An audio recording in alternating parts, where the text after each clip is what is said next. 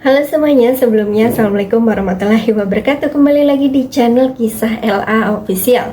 Kadang orang yang paling kita percaya justru adalah orang yang paling dalam menusuk kita dari belakang. Hari ini kamu akan mendengar kisah tentang seorang wanita yang ditinggalkan di titik paling rendah dalam hidupnya, di kolong jembatan, tanpa rumah, tanpa harga diri, tanpa tempat untuk kembali. Namun siapa sangka wanita itu menyimpan rahasia besar yang tak pernah diketahui oleh siapapun. Sementara sang suami sibuk membangun cinta palsu bersama sahabat istrinya sendiri. Mereka tanpa sadar sedang melangkah menuju kehancuran terbesar dalam hidup mereka. Karena tempat paling mewah yang mereka pilih untuk hari bahagia ternyata milik wanita yang mereka hina. Dan ketika kebenaran akhirnya terbuka, di tengah pesta pernikahan megah itu, semua berubah menjadi mimpi buruk yang tak bisa mereka hentikan. Apakah ini akhir dari pengkhianatan atau awal dari pembalasan yang tak termaafkan? Tonton sampai selesai karena setiap detik cerita ini akan membuat kalian terkejut. Jangan lupa dukung channel ini dengan klik tombol like, komen, dan subscribe ya, agar tidak ketinggalan kisah-kisah menarik lainnya dari Kisah LA Official. Yuk kita mulai ceritanya. Suamiku tega meninggalkan aku dan anakku di kolong jembatan demi dia bisa menikah dengan sahabatku sendiri. Mereka tak tahu gedung pernikahan itu milikku. Saat pernikahan berlangsung, ku tunjukkan perselingkuhan mereka dan perlakuan suamiku padaku di depan semua tamu hingga para investor membatalkan semua proyeknya pada mereka. Kehidupan yang terlihat sempurna. Naura menjalani hari-harinya sebagai istri dengan wajah yang selalu tampak tenang, seolah tidak ada beban yang ia pikul di dalam dadanya. Rumah kecil yang mereka tinggali tidak pernah benar-benar mewah, bahkan bisa dibilang sederhana untuk standar kehidupan kota. Namun bagi Naura, tempat itu tetap ia rawat dengan penuh ketulusan, seakan-akan kebahagiaan bisa tumbuh hanya dari kesabaran. Raka, suaminya, adalah pria yang sejak awal pernikahan selalu berbicara tentang mimpi besar. Ia ingin membangun perusahaan properti yang kelak akan mengubah hidup mereka. Setiap malam, Raka sering bercerita tentang proyek-proyek besar, gedung tinggi, dan investor yang akan datang menghampiri mereka suatu hari nanti. Naura selalu mendengarkan tanpa mengeluh, bahkan ketika kenyataan belum menunjukkan tanda-tanda perubahan. Di siang hari, Raka berangkat dengan pakaian rapi, membawa berkas-berkas yang terlihat penting, meski sebenarnya banyak di antaranya belum membuahkan hasil. Naura tidak pernah meragukan usaha itu di hadapan Raka. Ia selalu menyambut suaminya pulang dengan senyum. Meski terkadang pulang, Raka hanya membawa lelah dan kekecewaan yang disembunyikan di balik wajah kerasnya. Naura sendiri menjalani perannya dengan sederhana. Ia mengurus rumah, memastikan segala sesuatu tetap berjalan sebagaimana mestinya, dan tanpa banyak bicara ia sering membantu Raka secara diam-diam, bahkan dalam hal-hal kecil yang tidak pernah Raka sadari nilainya. Bagi Naura, cinta bukan tentang kemewahan, melainkan tentang bertahan bersama dalam keadaan paling tidak pasti. Namun di balik kesederhanaan itu, ada sesuatu yang tidak diketahui siapapun, bahkan oleh Raka sendiri. Naura bukanlah wanita biasa yang hidup tanpa arah. Ia berasal dari keluarga yang memiliki aset besar, sebuah warisan yang sengaja ia sembunyikan demi menjalani hidup tanpa bayang-bayang kekayaan. Ia ingin dicintai bukan karena harta, melainkan karena dirinya sendiri. Gedung-gedung yang berdiri di berbagai sudut kota, termasuk satu yang kelak menjadi pusat perubahan hidup mereka, sesungguhnya berada dalam lingkaran kepemilikan keluarga Naura. Tapi ia memilih diam. Ia ingin melihat sejauh mana Raka akan melangkah tanpa mengetahui siapa sebenarnya wanita yang ia sebut istrinya itu. Hari-hari berjalan dengan ritme yang tampak biasa. Tidak ada tanda-tanda bahwa kehidupan mereka akan berubah drastis. Naura tetap tersenyum, tetap memasak, tetap menunggu Raka pulang dengan harapan kecil yang ia simpan rapat-rapat di dalam hati. Namun di balik semua ketenangan itu, kehidupan yang terlihat sempurna sebenarnya sedang berdiri di atas kerapuhan yang belum terlihat retaknya. Sahabat yang paling dipercaya. Fania hadir dalam kehidupan Naura seperti angin yang terasa hangat di awal pertemuan. Sejak masa kuliah, keduanya sudah tak terpisahkan. Mereka sering terlihat bersama di perpustakaan, berbagi catatan, tertawa di sela-sela tekanan tugas, dan saling menguatkan ketika hidup terasa terlalu berat untuk dijalani sendirian. Di mata Naura, Fania adalah sosok yang penuh semangat dan sedikit impulsif, tetapi tulus. Fania sering bercerita tentang impiannya untuk memiliki kehidupan yang lebih baik, keluar dari keterbatasan, dan membuktikan bahwa dirinya bisa berdiri sejajar dengan siapapun. Naura mendengarkan semua itu dengan perhatian penuh. Bahkan ketika Fania seringkali tidak percaya pada dirinya sendiri. Persahabatan mereka bertahan hingga dunia perkuliahan berakhir. Ketika kehidupan mulai membawa mereka ke arah yang berbeda, Naura tetap menjaga hubungan itu tanpa berubah sedikit pun. Ia adalah tipe orang yang tidak mudah melepaskan orang yang sudah ia anggap keluarga. Saat Raka mulai membangun usaha kecilnya di bidang properti, Naura menjadi jembatan yang mempertemukan banyak orang dengan suaminya. Salah satunya adalah Fania. Dengan keyakinan penuh, Naura bahkan membantu Fania mendapatkan pekerjaan di perusahaan Raka.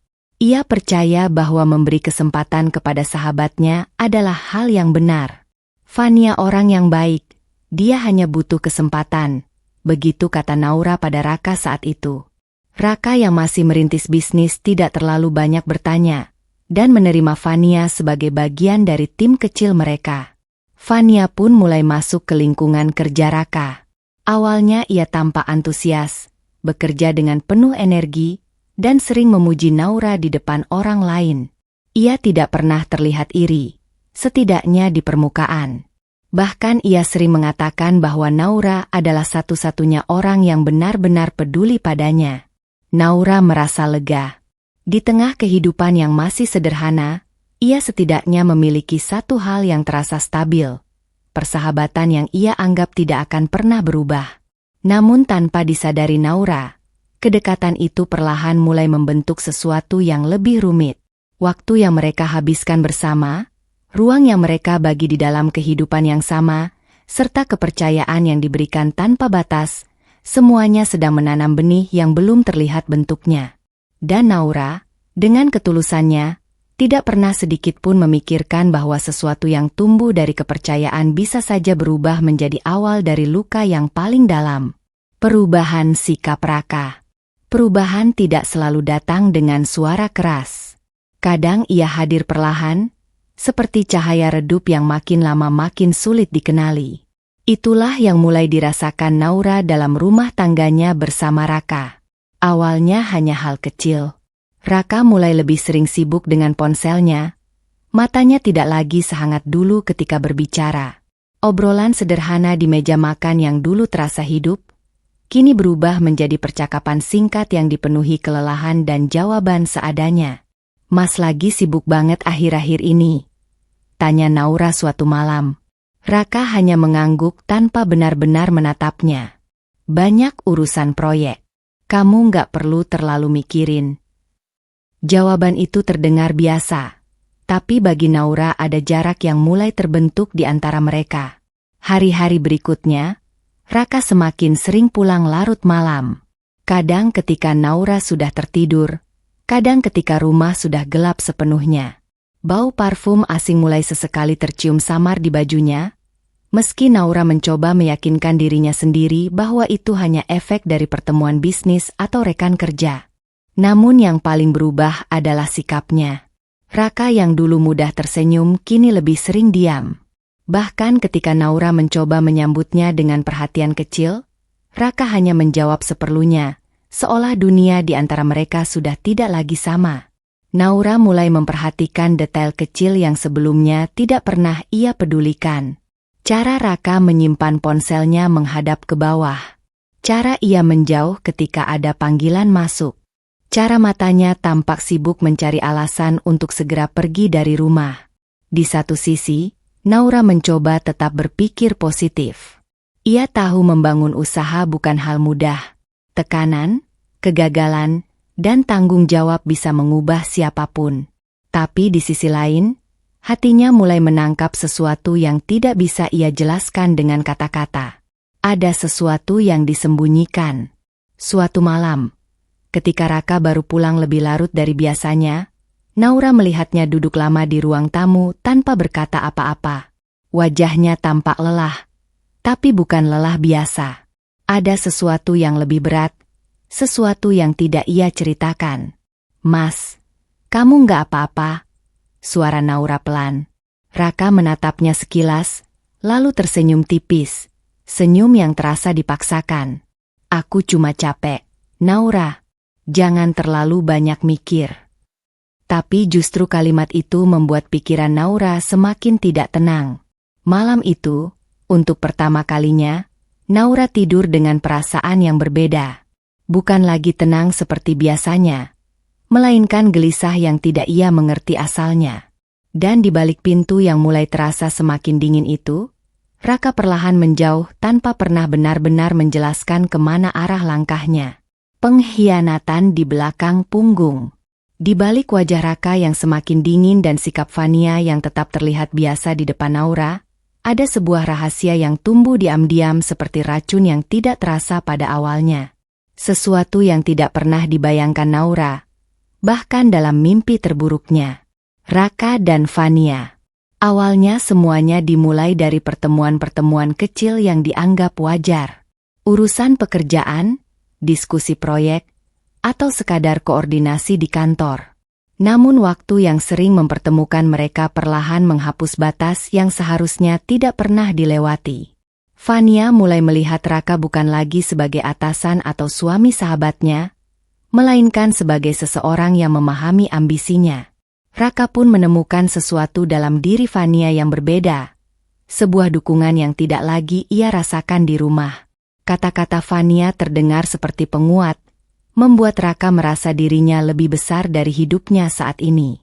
Dan tanpa mereka sadari, kedekatan itu berubah menjadi hubungan yang seharusnya tidak pernah ada. Di luar pandangan Naura, mereka mulai bertemu secara diam-diam. Percakapan yang awalnya tentang pekerjaan berubah menjadi pembicaraan tentang masa depan. Tentang bagaimana hidup akan lebih mudah jika mereka berada di jalan yang sama, tanpa beban masa lalu yang mengikat. "Kalau kita terus seperti ini, kita bisa jauh lebih besar," kata Raka suatu malam, suaranya pelan tapi penuh keyakinan. Fania hanya tersenyum, bukan lagi ragu seperti dulu. "Naura terlalu polos untuk dunia seperti ini. Dia nggak akan pernah mengerti ambisi kamu." Kalimat itu tidak terdengar seperti penyesalan, melainkan pembenaran. Sementara itu, Naura tetap berada di tempat yang sama, menjalani hari-hari dengan kesetiaan yang tidak pernah ia pertanyakan. Ia masih menyiapkan makan, masih memastikan Raka punya segala yang ia butuhkan, bahkan masih sesekali menanyakan kabar Fania dengan tulus tanpa sedikit pun rasa curiga. Ironisnya, kebaikan Naura justru menjadi jembatan bagi pengkhianatan itu sendiri. Raka sering menggunakan alasan pekerjaan untuk menjauh, sementara Fania menjadi bagian dari lingkaran yang semakin dekat dengan dirinya.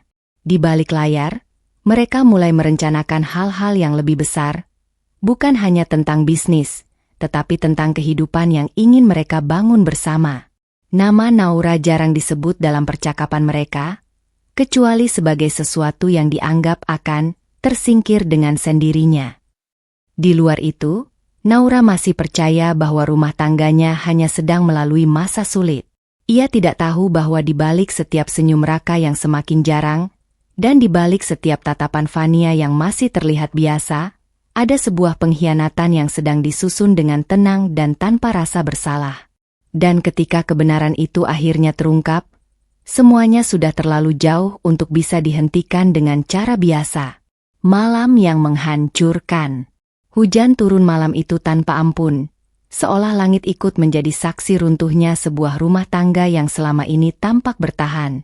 Naura berdiri di dalam rumah dengan tubuh yang dingin, bukan hanya karena udara, tetapi karena suasana yang tiba-tiba berubah menjadi sesuatu yang tidak ia kenali lagi. Raka berdiri di depannya. Wajahnya tidak lagi menyimpan keraguan seperti dulu. Yang ada hanya ketegasan yang terasa asing, seperti seseorang yang sudah lama mengambil keputusan tanpa melibatkan hati. "Naura, kamu harus pergi dari sini," ucap Raka datar. Kata-kata itu tidak langsung masuk ke dalam pikiran Naura. Ia sempat terdiam, mencoba mencari celah bahwa mungkin ini hanya emosi sesaat, mungkin hanya pertengkaran yang akan selesai besok pagi. Tapi tatapan Raka tidak berubah. "Mas, kamu sadar kamu ngomong apa?" Suara Naura bergetar, bukan karena marah, tetapi karena tidak percaya. Raka menghela napas, seakan semua ini sudah terlalu lama ia tahan. "Aku sudah nggak bisa lanjut seperti ini. Aku butuh hidup yang baru." Kalimat itu jatuh seperti palu yang menghancurkan sesuatu yang selama ini Naura bangun dengan kesabaran. Di luar, hujan semakin deras. Di dalam, dunia Naura perlahan runtuh. Tanpa banyak penjelasan lagi, Raka mengambil beberapa barang pentingnya. Tidak ada penyesalan di wajahnya, tidak ada getaran ragu di langkahnya. Ia bergerak seolah sedang meninggalkan sesuatu yang tidak lagi berguna dalam hidupnya. Naura hanya berdiri, menatap semuanya tanpa bisa menghentikan apapun. Nama Fania tidak disebut secara langsung, tapi bayangannya terasa ada di setiap keputusan Raka malam itu. Seperti sesuatu yang selama ini tersembunyi, akhirnya menemukan jalannya keluar ke permukaan. Beberapa saat kemudian, pintu rumah itu terbuka untuk terakhir kalinya bagi Naura. Hujan menyambutnya tanpa belas kasihan. Tidak ada tempat untuk kembali. Tidak ada tangan yang mengulurkan perlindungan. Hanya jalan gelap yang basah dan dingin. Naura melangkah pergi tanpa membawa apapun selain sisa harga diri yang masih tersisa di dalam dirinya. Di belakangnya, rumah itu tetap berdiri. Tapi bukan lagi rumahnya. Dan malam itu menjadi titik di mana segalanya berubah. Bukan hanya tentang kehilangan, tetapi tentang awal dari sesuatu yang jauh lebih besar yang belum ia sadari akan datang setelahnya. Air mata di kolong jembatan. Kota itu tetap bergerak seperti biasa. Seolah tidak pernah terjadi apa-apa di dalam hidup Naura. Lampu-lampu jalan masih menyala, kendaraan masih berlalu lalang, dan orang-orang tetap sibuk dengan urusan mereka sendiri. Namun bagi Naura, dunia terasa berhenti di satu titik. Di bawah kolong jembatan yang dingin dan sunyi, ia duduk memeluk dirinya sendiri, mencoba menahan rasa sakit yang tidak bisa lagi ia sembunyikan. Hujan yang tadi mengguyur tubuhnya perlahan berhenti, tetapi dingin masih menempel di kulit dan lebih dalam lagi di hatinya. Naura tidak membawa apa-apa. Tidak ada rumah, tidak ada kepastian, hanya sisa-sisa kehidupan yang baru saja dihancurkan oleh orang yang paling ia percaya. Air matanya jatuh tanpa bisa ia hentikan. Nama Raka terus berputar di kepalanya. Pria yang dulu ia percayai sepenuhnya, yang pernah ia dukung dalam setiap langkah kecil menuju mimpinya. Pria yang ia pikir akan selalu berdiri di sampingnya, kini justru menjadi orang yang paling pertama melepaskannya. Dan Fania, nama itu terasa lebih menyakitkan. Sahabat yang ia anggap seperti keluarga sendiri. Orang yang pernah ia bantu tanpa ragu, tanpa berpikir dua kali. Orang yang ia beri kepercayaan penuh, bahkan ketika dunia belum memberi alasan untuk percaya. Naura menutup wajahnya dengan kedua tangan, mencoba menahan isak yang semakin berat. Tapi semakin ia mencoba kuat, semakin runtuh seluruh pertahanannya. Di tengah kesunyian kolong jembatan itu, ia akhirnya mengakui sesuatu yang paling menyakitkan. Bahwa pengkhianatan tidak selalu datang dari musuh, tetapi dari orang-orang yang paling dekat dengan hati. Waktu berjalan pelan malam itu. Setiap detik terasa panjang, seperti tidak ada ujungnya. Naura tidak tahu harus pergi kemana, tidak tahu harus mulai dari mana untuk membangun hidup yang sudah hancur seperti ini. Yang ia tahu hanya satu hal, bahwa ia harus bertahan, meski tidak tahu untuk apa pada awalnya. Dan di tengah gelapnya malam, air matanya menjadi satu-satunya saksi bahwa seorang wanita yang dulu percaya pada dunia, kini sedang belajar berdiri dari kehancuran yang paling dalam. Pertemuan tak terduga. Pagi datang dengan cahaya yang tidak hangat bagi Naura. Tubuhnya masih lemah setelah malam panjang tanpa kepastian di kolong jembatan. Matanya sembab, pakaiannya kusut, dan pikirannya masih dipenuhi kekosongan yang sulit dijelaskan dengan kata-kata. Ia tidak tahu berapa lama lagi ia bisa bertahan seperti ini. Namun di saat ia hampir menyerah pada keadaan, sebuah suara memecah kesunyian. Naura. Nama itu terdengar asing di tengah hidupnya yang kini terasa seperti runtuh total. Naura perlahan mengangkat wajahnya, mencoba memastikan apakah ia sedang berhalusinasi karena kelelahan. Di depannya berdiri Dimas Arvino. Dimas membeku sesaat ketika melihat kondisi Naura. Tatapannya berubah dari kaget menjadi tidak percaya, seolah apa yang ia lihat tidak sesuai dengan gambaran Naura yang ia kenal dulu. Wanita yang biasanya tenang, rapi, dan penuh harga diri kini duduk dalam keadaan yang jauh dari kata baik. Ya Tuhan! Naura, kamu! Suara Dimas terputus, tidak sanggup melanjutkan kalimatnya. Naura hanya diam. Ia tidak punya tenaga untuk menjelaskan apapun.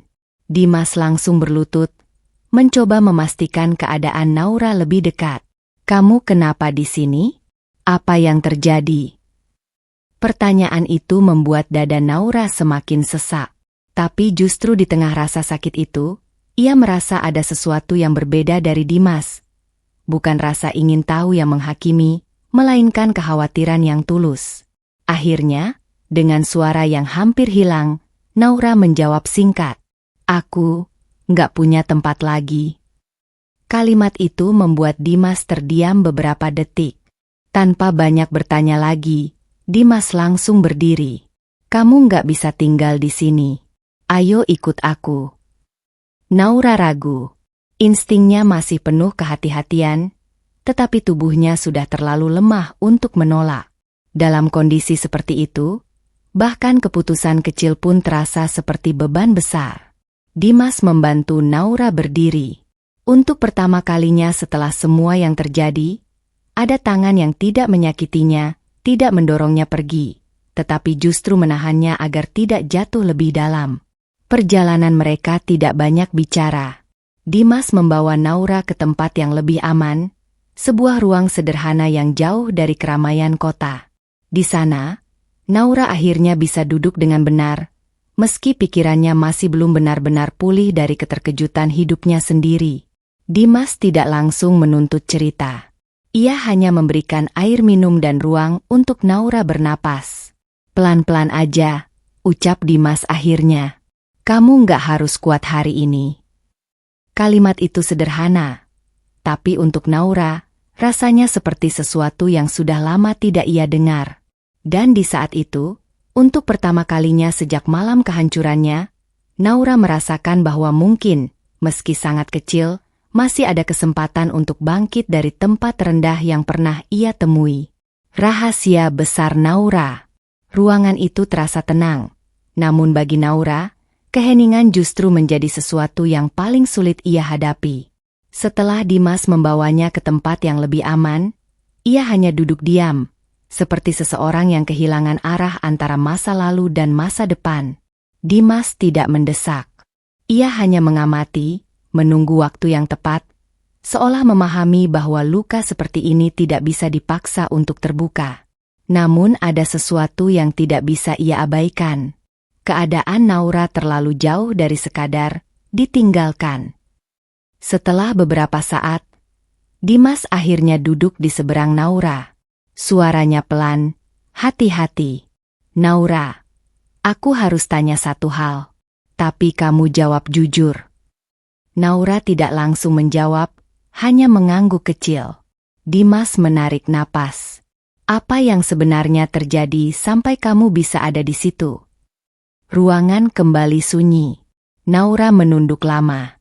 Bukan karena tidak mau menjawab, tetapi karena setiap kata terasa seperti membuka luka yang masih basah. Akhirnya, dengan suara yang hampir tidak terdengar, Naura mulai bercerita. Tentang Raka. Tentang Fania, tentang pengkhianatan yang datang dari dua orang yang paling ia percaya, tentang malam hujan yang menghapus seluruh hidupnya dalam satu keputusan dingin. Dimas mendengarkan tanpa menyela. Wajahnya semakin lama semakin mengeras, bukan karena marah pada Naura, tetapi pada apa yang telah terjadi padanya. Namun ketika cerita itu selesai, Dimas justru tidak berhenti di sana. Ia terdiam beberapa detik, lalu berkata pelan, "Ada satu hal yang dari dulu aku curigai, tapi aku nggak pernah berani konfirmasi." Naura menatapnya bingung. Dimas melanjutkan, "Kamu sadar nggak? Maheswari Grand Hall, gedung itu." Nama itu membuat Naura sedikit mengangkat kepala. Dimas menatapnya serius. "Itu bukan gedung biasa. Itu bagian dari aset keluarga Maheswari. Dan selama ini, pemilik saham terbesar perusahaan properti itu adalah kamu." Naura terdiam. Kata-kata itu seperti tidak masuk akal. Dimas mengeluarkan beberapa dokumen dari map yang ia bawa, meletakkannya perlahan di meja. "Aku dulu pernah menangani beberapa urusan legal terkait perusahaan itu. Namamu selalu muncul sebagai pemegang kendali utama, tapi tidak pernah aktif di publik." Jari Naura gemetar saat ia melihat dokumen itu. Namanya benar-benar ada di sana. Saham, kepemilikan, struktur perusahaan, semuanya mengarah padanya. Dunianya terasa berputar. "Ini pasti salah." Suara Naura lirih, hampir seperti bisikan. Dimas menggeleng pelan. "Enggak. Ini fakta yang selama ini kamu sembunyikan, bahkan mungkin dari dirimu sendiri." Naura menutup mulutnya, napasnya tidak stabil.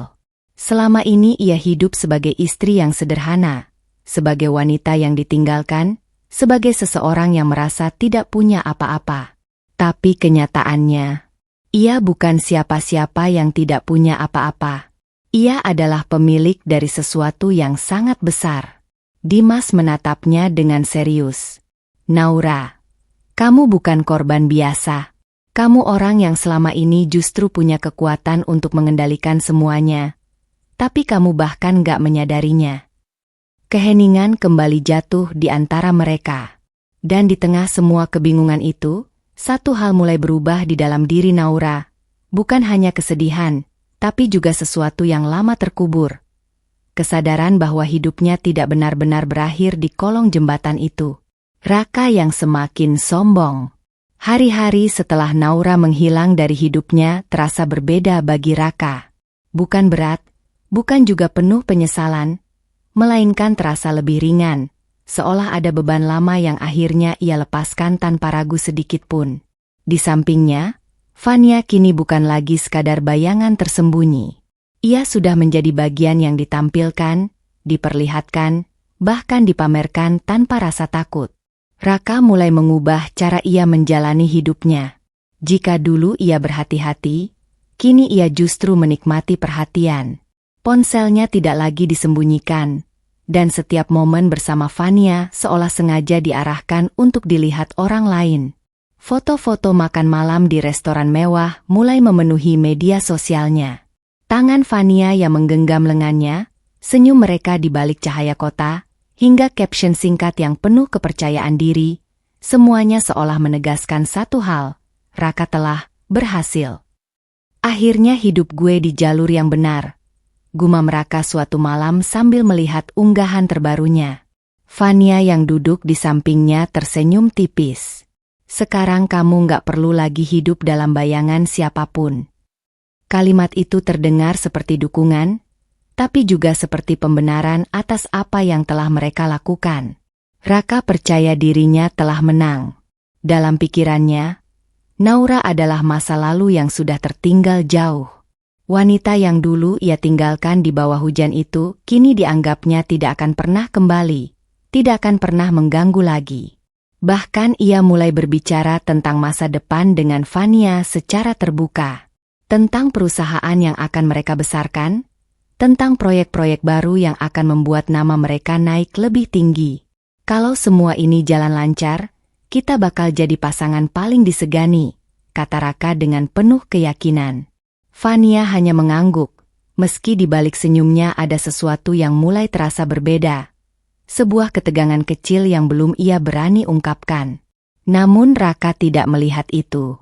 Ia terlalu sibuk menikmati rasa percaya dirinya yang semakin besar.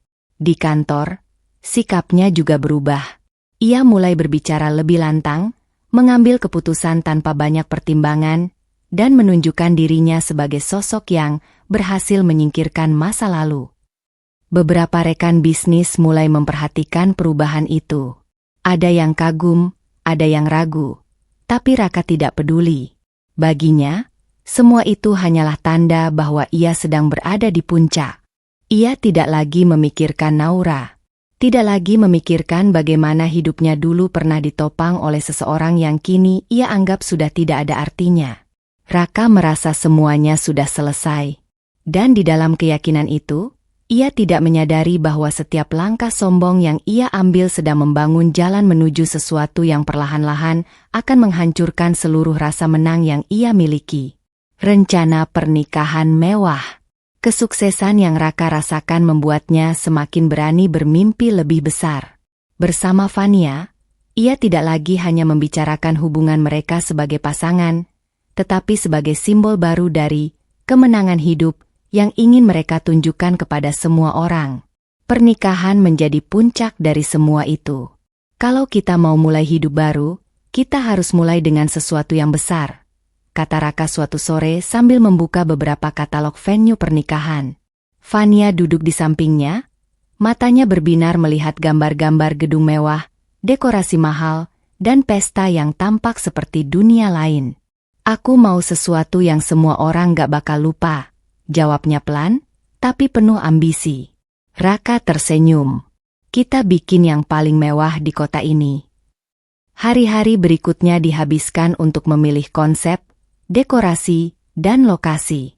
Raka ingin semuanya sempurna, bukan hanya untuk Fania, tetapi juga untuk membuktikan dirinya kepada dunia bahwa ia telah naik kelas dalam kehidupan.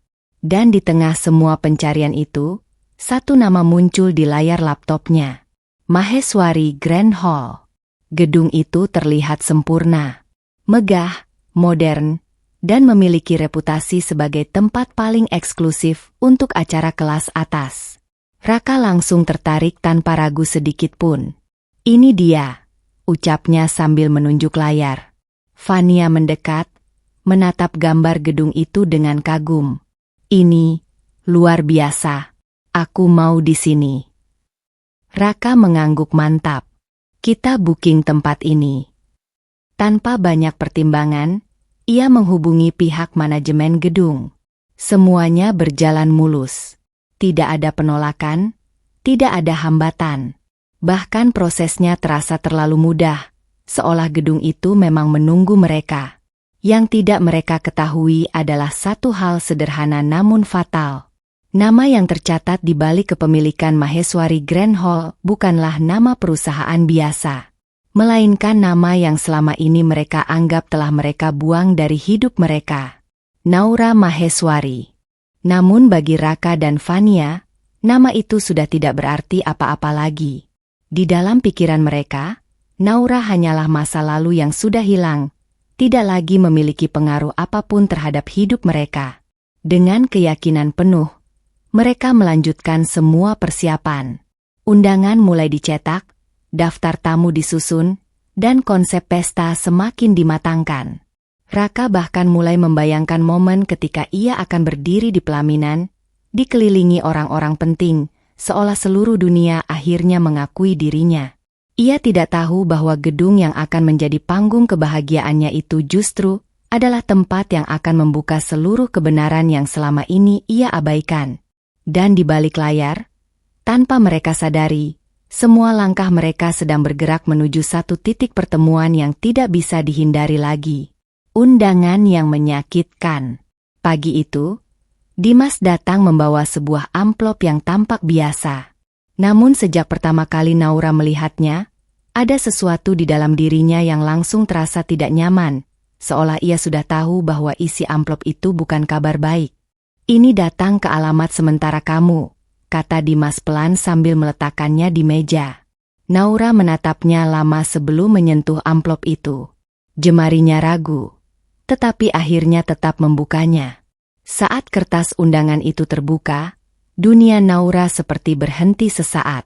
Nama Raka Pradipta dan Fania Lestari tertulis jelas dalam desain mewah yang dipenuhi warna emas dan simbol kemewahan. Undangan pernikahan. Hari bahagia dua orang yang telah menghancurkan hidupnya. Naura terdiam. Tidak ada reaksi berlebihan. Tidak ada teriakan. Hanya keheningan panjang yang terasa lebih berat daripada tangisan.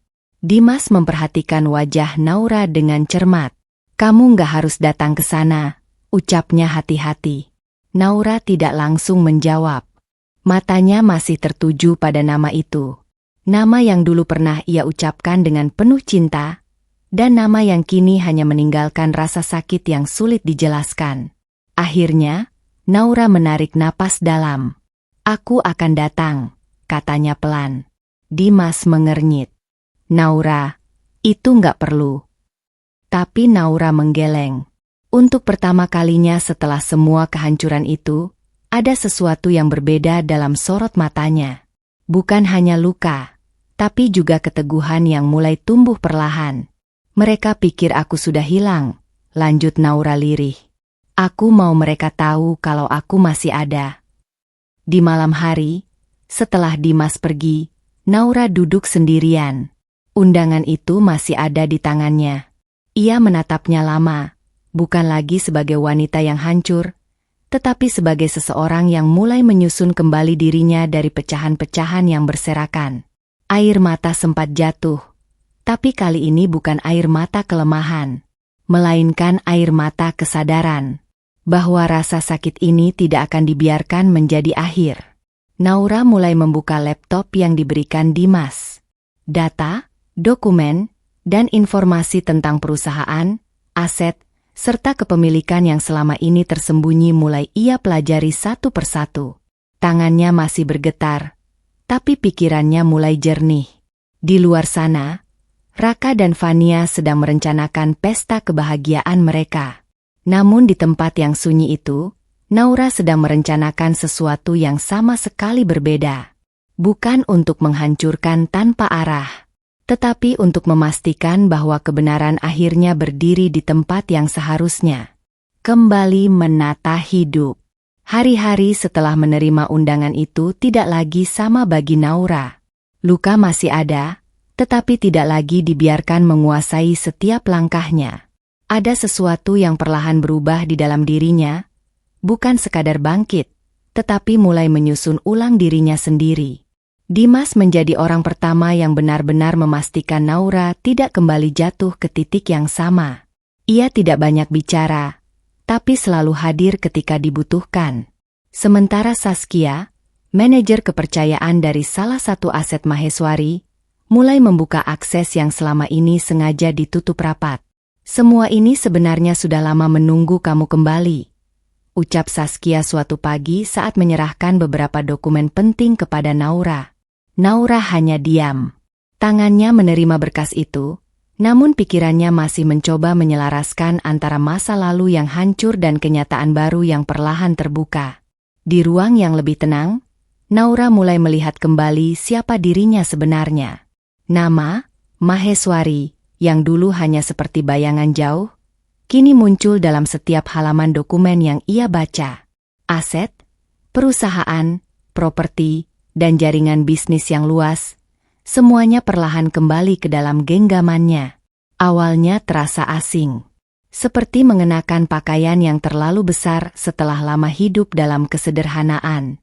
Namun semakin ia mempelajari semuanya, semakin ia sadar bahwa selama ini ia bukan kehilangan kekuatan. Ia hanya memilih untuk tidak menggunakannya. Dimas mengawasi dari jauh. "Kamu nggak harus langsung terjun ke semuanya," katanya suatu saat. "Tapi kamu juga nggak boleh terus menghindar."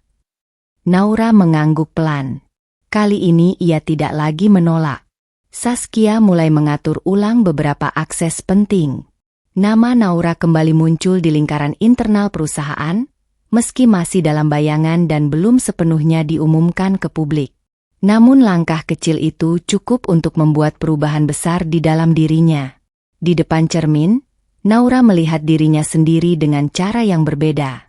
Wajah yang dulu penuh kebingungan kini mulai menunjukkan ketegasan yang belum pernah ia sadari ada di sana. Ia tidak lagi terlihat seperti wanita yang ditinggalkan. Ia mulai terlihat seperti seseorang yang sedang bersiap kembali. Setiap malam, Naura membaca ulang data dan laporan. Ia belajar, memahami, dan menghubungkan satu demi satu kepingan yang dulu sengaja ia abaikan. Perlahan, ia mulai melihat gambaran besar yang selama ini tersembunyi dari hidupnya sendiri. Dan di sela semua itu, satu hal terus ia ingat. Undangan pernikahan yang masih tersimpan di meja. Bukan sebagai luka yang membuatnya jatuh lagi, tetapi sebagai pengingat bahwa ia memiliki alasan untuk tidak kembali menjadi dirinya yang dulu. Karena sekarang, Naura tidak lagi hanya bertahan. Ia sedang membangun kembali dirinya. Dengan kesadaran penuh bahwa hidup yang pernah dihancurkan bukan akhir dari segalanya, melainkan awal dari sesuatu yang jauh lebih kuat. Bukti perselingkuhan. Malam itu, hujan turun pelan, tidak deras seperti malam kehancuran Naura dulu, tetapi cukup untuk membuat suasana terasa lebih sunyi dari biasanya. Di ruang kerja sementara, Naura duduk bersama Dimas, ditemani cahaya lampu meja yang redup. Pintu diketuk pelan, lalu terbuka. Seorang pria masuk dengan membawa sebuah tas kamera. Dialah Miko. Wajahnya tampak ragu, seperti seseorang yang membawa sesuatu yang seharusnya tidak pernah ia lihat, apalagi ia simpan. Ini mungkin akan mengubah semuanya, ucap Miko pelan sambil meletakkan flash disk di meja. Dimas mengernyit. Apa isinya? Miko menarik napas. Rekaman lama. Aku dulu dokumentasi beberapa event perusahaan Raka, dan tanpa sengaja aku merekam sesuatu yang mereka nggak tahu. Naura diam. Matanya langsung tertuju pada benda kecil itu. Dimas memasukkan flash disk ke laptop. Layar menyala, dan dalam hitungan detik, sebuah video mulai diputar. Awalnya hanya tampak biasa. Suasana kantor, percakapan ringan, tawa yang terdengar samar. Namun beberapa detik kemudian, suasana berubah. Raka muncul di layar. Dan tidak lama setelah itu, Fania. Mereka tidak sedang bekerja. Tidak ada jarak profesional. Yang ada hanya kedekatan yang terlalu intim untuk disebut sekadar rekan kerja. Tangan Fania menggenggam lengan Raka, sementara Raka tidak menghindar. Mereka tertawa, saling mendekat, dan berbicara dengan nada yang tidak seharusnya dimiliki dua orang yang hanya bekerja bersama. Naura tidak berkedip. Wajahnya tetap tenang, tetapi jemarinya yang berada di pangkuan mulai menggenggam kuat. Video itu terus berjalan. Momen demi momen memperlihatkan hal yang selama ini hanya berupa kecurigaan, kini menjadi bukti yang tidak bisa dibantah. Dimas menoleh ke Naura, memperhatikan reaksinya dengan hati-hati. Namun Naura tidak menangis, tidak juga marah. Yang ada justru keheningan yang dalam. Seolah setiap adegan di layar sedang menutup satu pintu terakhir dalam dirinya. Pintu keraguan, pintu penyangkalan, pintu yang selama ini masih mencoba percaya bahwa mungkin semua itu hanya salah paham. Miko menunduk. Aku sebenarnya ragu mau kasih ini. Tapi setelah tahu apa yang mereka lakukan padamu. Naura akhirnya mengangkat tangan, menghentikan video itu. Layar berhenti. Ruangan kembali sunyi. Cukup. Suara Naura pelan, tapi tegas. Dimas mengamati. Naura. Namun Naura menggeleng sedikit. Bukan karena tidak sanggup, tetapi karena ia sudah memahami sesuatu. Ini bukan lagi tentang luka. Ini tentang kebenaran yang akhirnya memiliki bentuk nyata. Naura berdiri perlahan. Matanya kini tidak lagi kosong seperti dulu. Ada ketegasan yang mulai terbentuk di sana. Terima kasih, ucapnya pada Miko. Miko mengangguk kecil, lalu pergi tanpa banyak kata. Setelah pintu tertutup, Dimas akhirnya bertanya, "Apa yang kamu rasakan sekarang?" Naura terdiam sesaat, lalu menjawab dengan suara yang tenang, "Aku nggak lagi ragu. Dimas menatapnya lama. Dan untuk pertama kalinya, ia melihat bahwa Naura bukan lagi seseorang yang sedang mencari jawaban, melainkan seseorang yang sudah siap menghadapi akibat dari semua kebenaran yang akhirnya terungkap. Investor yang mulai curiga.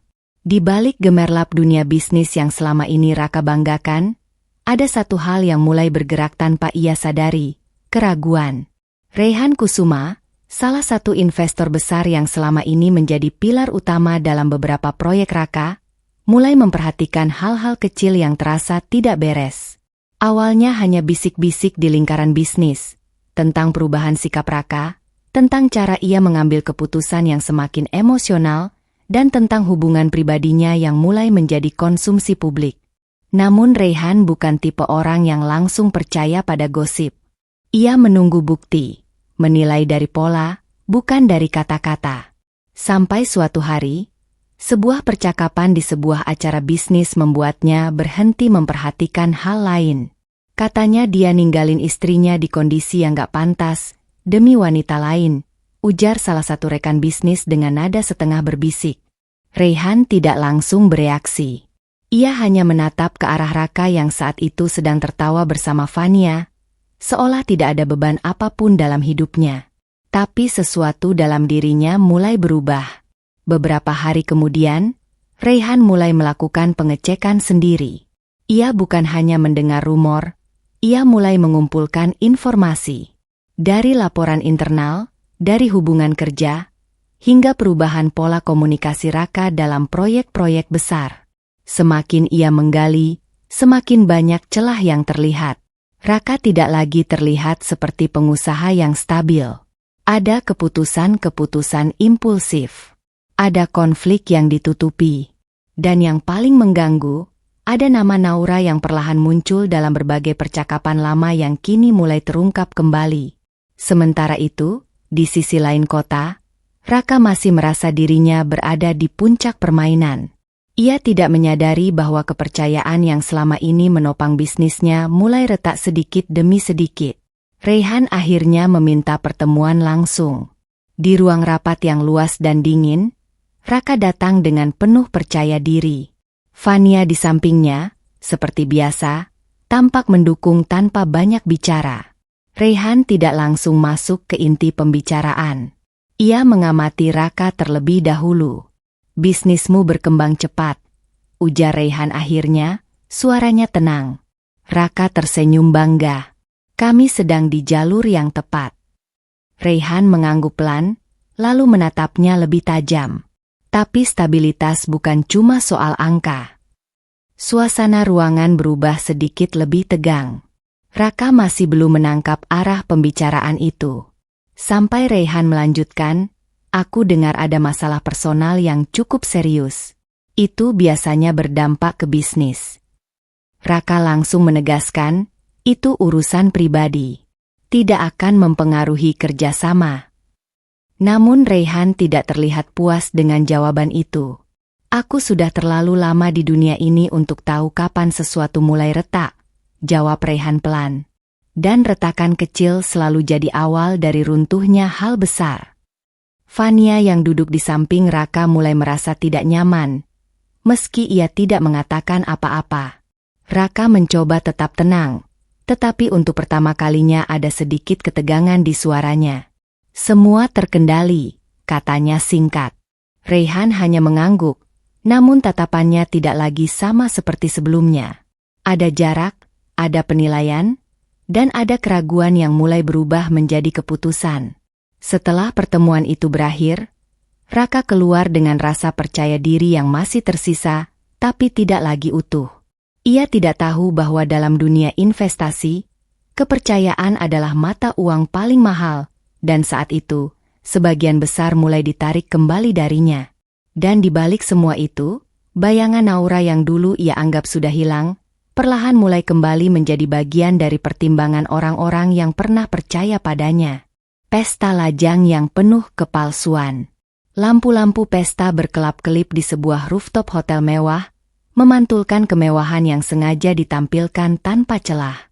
Musik keras mengisi setiap sudut ruangan, Tawa para tamu bercampur dengan gelas kristal yang saling beradu. Fania berdiri di tengah keramaian itu seperti seorang ratu malam. Gaun putih elegan membungkus tubuhnya, sementara senyumnya tampak percaya diri, atau setidaknya terlihat seperti itu.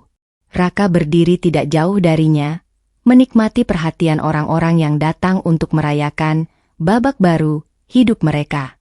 Bagi mereka berdua, malam ini adalah simbol kemenangan. Gila ya, akhirnya kamu lepas juga dari masa lalu, ucap salah satu teman Fania sambil tertawa kecil. Fania tersenyum tipis, lalu mengangkat gelasnya.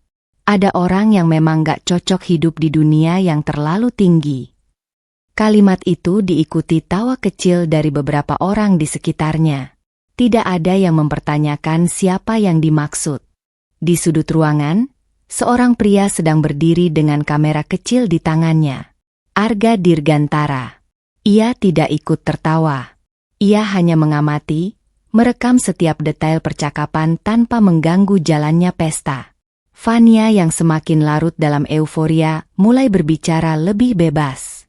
Ada orang yang terlalu percaya diri sama kebaikannya sendiri, ucapnya sambil tersenyum sinis. Padahal dunia ini nggak pernah menghargai kelemahan. Beberapa tamu tertawa, menganggap itu hanya candaan ringan. Namun Arga menangkap sesuatu yang berbeda.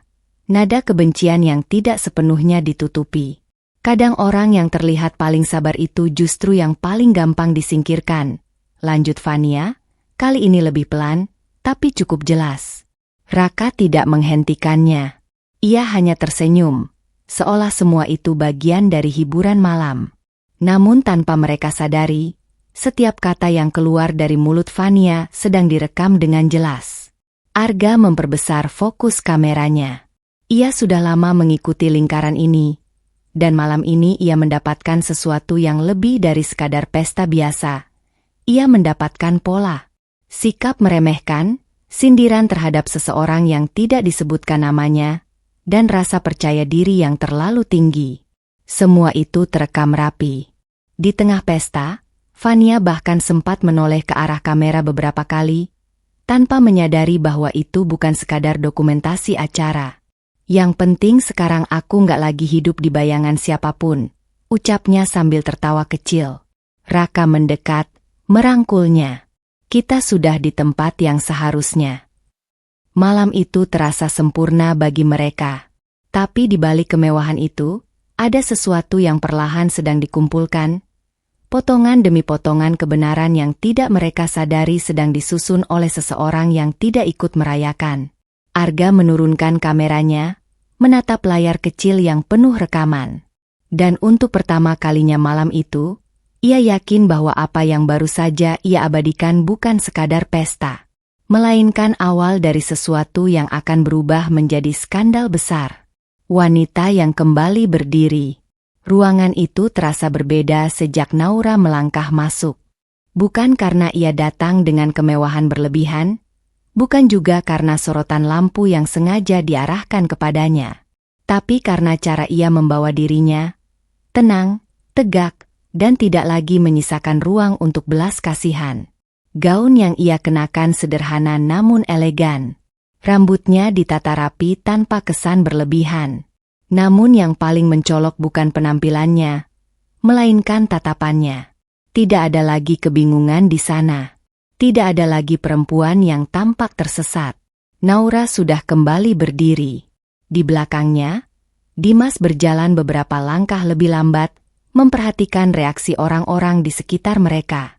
Beberapa tamu penting mulai saling berbisik, mencoba mengenali sosok yang kini berdiri dengan begitu tenang di tengah ruangan. Siapa dia? Aku pernah lihat. Tapi kenapa auranya beda? Pertanyaan-pertanyaan itu menyebar pelan, seperti arus yang tidak terlihat tapi terasa. Naura tidak menoleh ke kiri atau kanan. Ia tidak mencari pengakuan dari siapapun. Langkahnya stabil, seolah ia sudah tahu persis kemana ia harus pergi. Di sisi lain kota, Raka dan Fania sedang menjalani hari mereka seperti biasa. tanpa mengetahui bahwa nama yang pernah mereka buang dari hidup mereka mulai kembali muncul di tempat-tempat yang tidak mereka duga.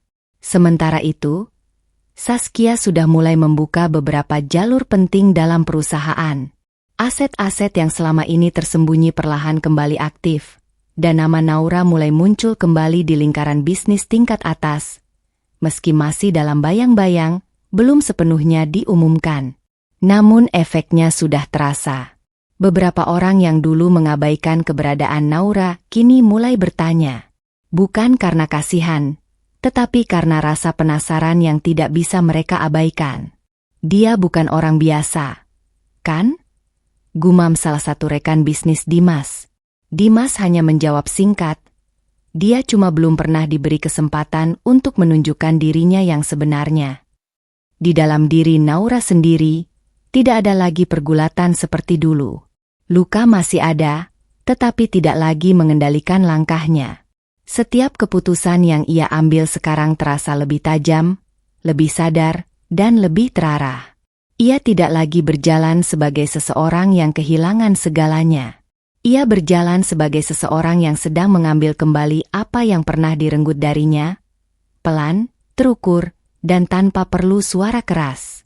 Dan untuk pertama kalinya setelah semua yang terjadi, Naura tidak lagi dilihat sebagai korban masa lalu.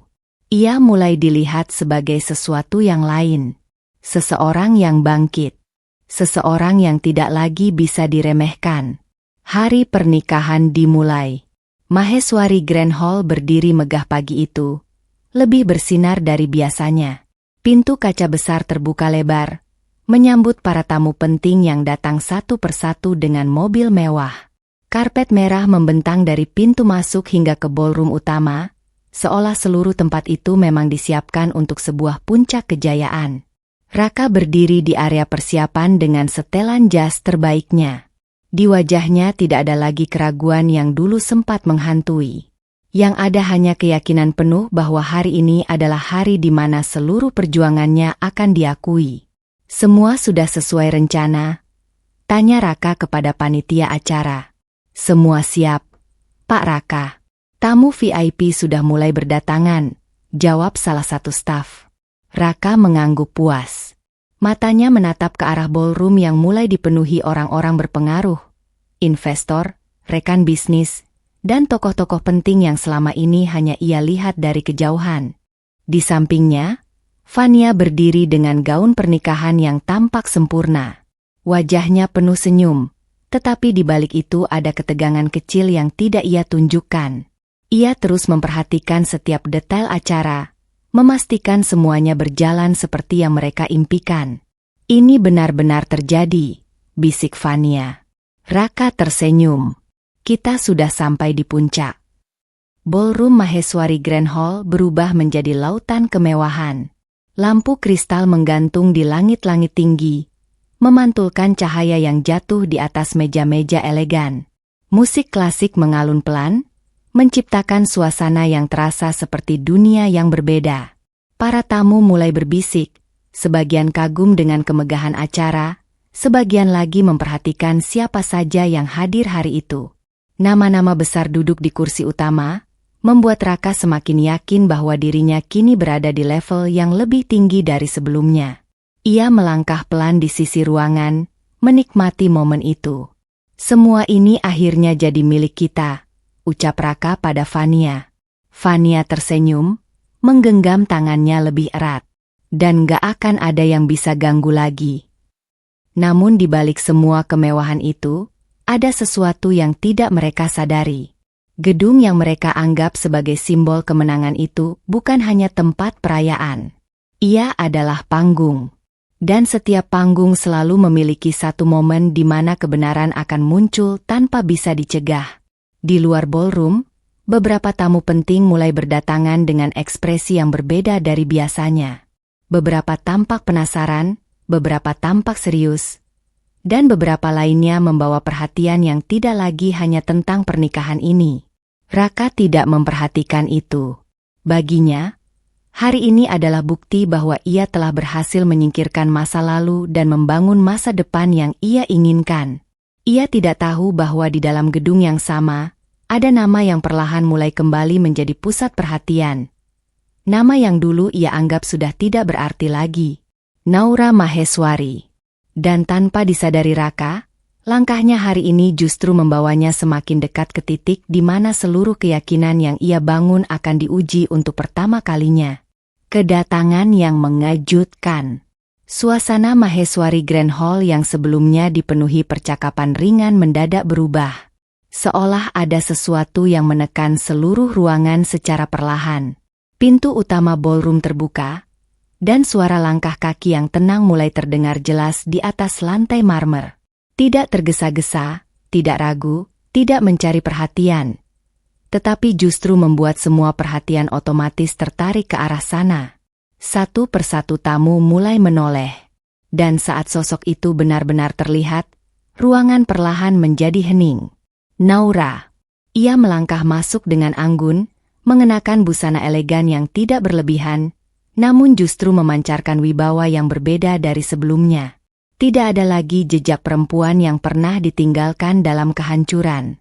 Yang ada sekarang adalah ketenangan yang tajam, seperti seseorang yang sudah melewati badai paling buruk dalam hidupnya. Beberapa tamu saling berpandangan. Siapa dia? Bisik seseorang. Kenapa dia bisa masuk ke sini? Namun bisikan itu tidak bertahan lama. Karena semakin lama mereka menatap, semakin banyak orang mulai mengenali sesuatu yang tidak bisa diabaikan. Bukan sekadar wajahnya, tapi nama yang perlahan mulai kembali bergaung di lingkaran mereka. Di sisi ruangan, Fania sedang berdiri bersama beberapa tamu undangan. Senyumnya yang tadi terlihat sempurna tiba-tiba membeku saat matanya menangkap sosok Naura di pintu masuk. Tangannya yang memegang gelas champagne sedikit bergetar. Tidak mungkin, gumam Fania pelan. Raka yang berdiri di dekatnya ikut menoleh, masih belum memahami perubahan suasana yang tiba-tiba terjadi. Namun Fania sudah tidak bisa menyembunyikan kegelisahannya. Matanya terus mengikuti Naura yang kini berjalan pelan melewati kerumunan tamu, seolah seluruh ruangan itu bukan tempat asing baginya. Justru sebaliknya, seolah ia adalah bagian dari tempat itu sejak awal. Dia, ngapain di sini? Suara Fania mulai tidak stabil. Beberapa tamu mulai memperhatikan reaksi Fania, lalu mengikuti arah pandangannya. Dan perlahan, suasana yang tadi penuh kemewahan mulai berubah menjadi penuh tanda tanya. Naura berhenti sejenak di tengah ruangan. Tatapannya tidak mencari Raka, tidak juga mencari Fania. Ia hanya berdiri, seolah memberi ruang bagi semua orang untuk menyadari satu hal penting, bahwa kehadirannya bukan sebuah kebetulan. Raka akhirnya menatap Naura dengan benar. Dan untuk pertama kalinya sejak hari itu, ada sesuatu yang retak kecil di ekspresinya. Bukan ketakutan, tetapi kebingungan yang tidak ia antisipasi. Sementara itu, Fania mulai kehilangan ketenangannya sepenuhnya. Karena ia tahu satu hal yang tidak diketahui orang lain di ruangan itu. Naura bukan hanya datang sebagai tamu. Dan malam ini, tidak akan ada yang berjalan sesuai rencana yang mereka anggap sudah sempurna. Raka menghina Naura di depan tamu. Suasana ballroom Maheswari Grand Hall yang semula dipenuhi bisik penasaran kini berubah menjadi tegang. Semua mata masih tertuju pada Naura yang berdiri tenang di tengah ruangan, seolah ia bukan orang asing, melainkan bagian dari sesuatu yang lebih besar dari pesta itu sendiri. Raka akhirnya melangkah maju. Langkahnya tegas, tapi ada sedikit kegelisahan yang ia coba sembunyikan di balik wajah percaya dirinya. Ia berhenti beberapa meter di depan Naura, lalu menatapnya dari atas ke bawah, seolah sedang menilai sesuatu yang tidak lagi penting. Naura, ucapnya dingin, cukup keras untuk didengar orang-orang di sekitarnya. Kamu ngapain di sini? Bisik-bisik langsung menyebar di antara para tamu. Naura tidak langsung menjawab. Ia hanya menatap Raka dengan tenang, tanpa emosi yang meledak-ledak, tanpa air mata, tanpa kepanikan seperti yang dulu pernah ia alami. Ketenangan itu justru membuat Raka semakin tidak nyaman. Ini acara pribadi, lanjut Raka, suaranya mulai meninggi. Kamu nggak punya urusan di sini. Jangan bikin keributan. Fania yang berdiri tidak jauh dari sana langsung mendekat. Wajahnya pucat namun ia berusaha tetap terlihat kuat. Naura, tolong jangan bikin suasana jadi aneh, ucapnya pelan, tapi nada suaranya penuh tekanan tersembunyi. Beberapa tamu mulai saling berpandangan. Situasi ini jelas bukan bagian dari rundown acara yang mereka bayangkan. Raka menarik napas, lalu memberi isyarat ke arah petugas keamanan. Keluarin dia dari sini, katanya tegas. Seketika dua petugas keamanan mulai melangkah mendekat ke arah Naura. Ruangan semakin sunyi. Namun Naura tidak bergerak. Ia tidak mundur, tidak panik, bahkan tidak menunjukkan tanda-tanda takut. Justru ada sesuatu yang berbeda di caranya berdiri. Seolah ia sedang mengamati seluruh kejadian itu dari tempat yang lebih tinggi, bukan sebagai korban, tetapi sebagai seseorang yang memahami semuanya. Saat petugas hampir mendekat, Naura akhirnya tersenyum. Senyum yang tenang. Bukan senyum kesedihan. Bukan juga senyum pasrah. Tapi senyum yang membuat beberapa orang justru merasa tidak nyaman tanpa tahu alasannya. Jadi ini caramu menyambut masa lalu, Raka? Suara Naura terdengar pelan, tapi jelas di tengah ruangan yang hening. Raka mengerutkan kening. Jangan bikin drama di sini. Naura menggeleng kecil, masih dengan senyum yang sama. Aku nggak datang untuk drama. Kalimat itu membuat beberapa tamu semakin penasaran. Raka mulai kehilangan kesabaran. Aku bilang keluar. Namun Naura tetap tidak bergerak. Matanya kini beralih sekilas ke seluruh ruangan. Ke para investor, tamu penting, dan wajah-wajah yang perlahan mulai mengenali bahwa situasi ini tidak biasa. Lalu kembali ke Raka. Lucu, ucap Naura pelan. Kamu masih berpikir kamu yang punya kendali di sini. Kata-kata itu menggantung di udara. Raka menatapnya tajam, merasa harga dirinya mulai disentuh di depan banyak orang. Tapi sebelum ia sempat menjawab, suasana ruangan sudah berubah. Bukan lagi tentang mengusir seseorang, tapi tentang sesuatu yang lebih besar yang perlahan mulai terasa akan terjadi. Dan Naura masih berdiri di tempat yang sama, tanpa sedikit pun terguncang oleh usaha Raka untuk mempermalukannya. Pemilik gedung yang sebenarnya. Keamanan yang tadi berjalan mendekati Naura tiba-tiba berhenti di tengah langkah. Bukan karena Raka mengubah keputusan, melainkan karena satu suara yang datang dari arah panggung utama. Cukup. Suaranya tegas, tenang, tapi cukup kuat untuk memotong seluruh kegaduhan di ballroom. Semua kepala langsung menoleh. Saskia Anindita berdiri di dekat sistem kontrol acara. Tangannya masih menggenggam tablet kecil yang biasanya digunakan untuk mengatur jalannya event. Wajahnya tidak menunjukkan keraguan sedikit pun. Raka mengernyit.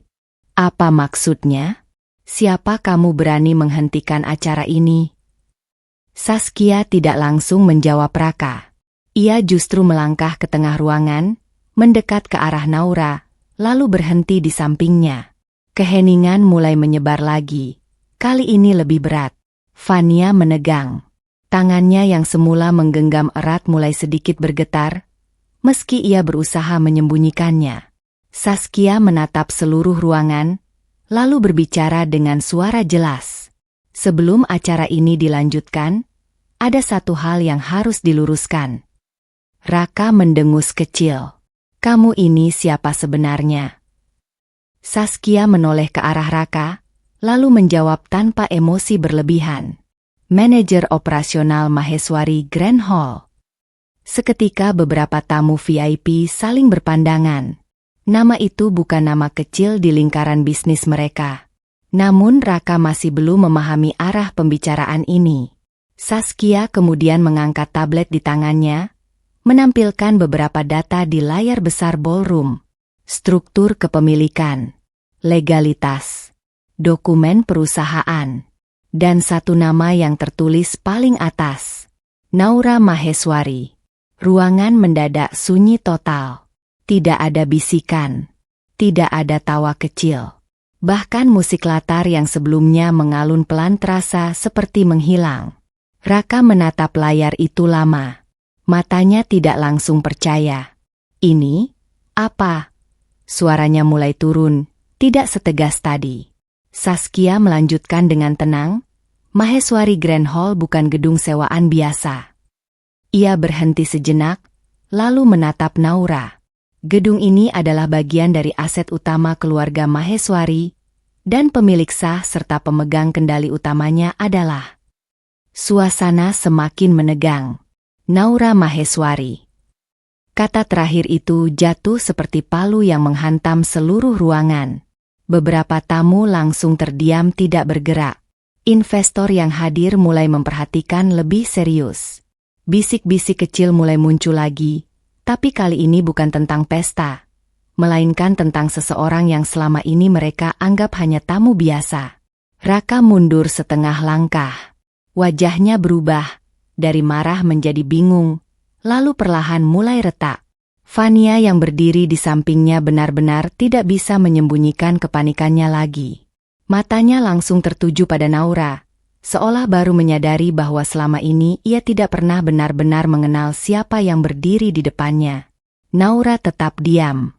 Tidak ada ekspresi berlebihan. Tidak ada kepuasan yang diumbar. Ia hanya berdiri di tempat yang sama, seperti seseorang yang sejak awal sudah tahu bahwa momen ini akan datang. Dan untuk pertama kalinya sejak Raka mempermalukannya tadi, seluruh ruangan tidak lagi melihat Naura sebagai orang yang harus diusir, tapi sebagai pusat dari semuanya. Wajah Fania mendadak pucat. Suasana Maheswari Grand Hall masih membeku setelah pengumuman Saskia. Nama Naura Maheswari menggantung di udara seperti sesuatu yang tidak bisa diabaikan, menekan seluruh ruangan tanpa memberi ruang untuk bernapas lega. Raka masih berdiri diam. Wajahnya kaku, seperti seseorang yang baru saja kehilangan pijakan yang ia yakini sebelumnya. Namun yang paling berubah adalah Fania. Tangannya yang semula memegang erat ujung gaunnya kini perlahan melemah. Gelas yang tadi ia pegang sudah tidak lagi diperhatikan. Matanya menatap Naura tanpa berkedip, tetapi bukan lagi dengan rasa percaya diri seperti sebelumnya. Yang ada hanya syok. Tidak mungkin. Suara Fania keluar hampir tanpa tenaga.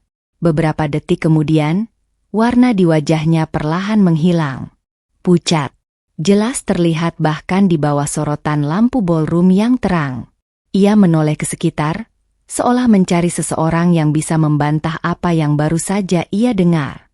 Tapi tidak ada satupun yang terlihat yakin bahwa ini hanya kesalahpahaman. Justru semakin banyak tatapan yang kini tertuju padanya. Bisik-bisik mulai menyebar di antara para tamu. Itu yang tadi. Dia yang calon pengantin. Dia tadi sempat menghina pemilik gedung. Kalimat-kalimat itu tidak terdengar keras, tapi cukup untuk membuat Fania semakin kehilangan kendali dirinya. Matanya kembali ke Naura, sahabat yang dulu ia kenal. Sahabat yang pernah membantunya. Sahabat yang pernah ia anggap terlalu baik untuk dunia seperti ini. Dan kini, orang yang sama berdiri di depannya sebagai pemilik tempat ia akan menikah. Fania mundur setengah langkah. Dadanya naik turun tidak stabil. Naura, suaranya bergetar. Kali ini bukan lagi nada percaya diri, melainkan ketakutan yang tidak bisa ia sembunyikan. Ini salah paham kan? Tidak ada jawaban dari Naura. Keheningan itu justru terasa lebih menyakitkan. Raka yang berada di sampingnya mencoba tetap terlihat kuat, tapi ekspresinya sudah tidak bisa menyembunyikan kekacauan di dalam pikirannya. Ia menatap Fania sekilas, lalu kembali ke Naura, seolah mencoba menyusun ulang kenyataan yang baru saja menghantamnya. Namun terlalu banyak hal yang runtuh sekaligus. Di sisi lain ruangan, beberapa investor mulai saling berbicara pelan. Reaksi mereka tidak lagi sekadar penasaran, tetapi mulai berubah menjadi evaluasi serius terhadap situasi yang sedang terjadi. Kalau dia pemilik gedung ini, berarti semua akses, semua kontrol acara ini Kalimat itu tidak selesai, tapi semua orang sudah paham arah pikirannya. Fania mulai sadar satu hal yang jauh lebih menghancurkan daripada sekadar rasa malu. Semua ucapannya tadi, semua sindiran, semua rasa percaya dirinya di pesta lajang, semuanya dilakukan di tempat yang dimiliki oleh orang yang sekarang berdiri di hadapannya. Kakinya terasa lemah. Ia menatap Naura lagi, kali ini bukan sebagai sahabat lama, tetapi sebagai seseorang yang baru saja ia hancurkan tanpa sadar. Dan untuk pertama kalinya malam itu, Fania tidak punya kata-kata lagi untuk membela dirinya sendiri. Video pengkhianatan diputar. Keheningan di Maheswari Grand Hall belum benar-benar pulih ketika Naura akhirnya bergerak. Ia melangkah pelan ke arah panggung kontrol, sementara seluruh mata di ruangan itu masih tertuju padanya. Tidak ada yang berani memotong langkahnya. Bahkan Raka dan Fania hanya bisa berdiri diam, seperti kehilangan kendali atas acara yang seharusnya menjadi milik mereka. Naura berhenti di dekat panel utama. Jari-jarinya menyentuh layar tablet Saskia dengan tenang. Saskia menatapnya singkat. Siap. Naura hanya mengangguk kecil. Putar, jawabnya pelan. Dalam hitungan detik, layar besar di ballroom yang sebelumnya menampilkan dekorasi pernikahan berubah menjadi gelap. Musik yang masih tersisa perlahan terhenti. Dan kemudian, sebuah video mulai diputar. Awalnya hanya rekaman biasa, suasana kantor, percakapan ringan, dan potongan aktivitas sehari-hari. Para tamu sempat mengernyit, belum memahami arah dari semua ini. Namun tidak lama kemudian, suasana berubah. Raka muncul di layar, dan Fania menyusul di sebelahnya. Ruangan langsung bereaksi. Beberapa tamu mulai bergerak gelisah di kursi mereka, menyadari bahwa ini bukan video biasa. Di layar besar itu, hubungan yang selama ini disembunyikan mulai terlihat jelas. Kedekatan yang tidak seharusnya, tatapan yang terlalu akrab, gestur yang tidak bisa lagi disebut profesional. Raka yang di layar itu tampak jauh berbeda dari Raka yang berdiri sekarang.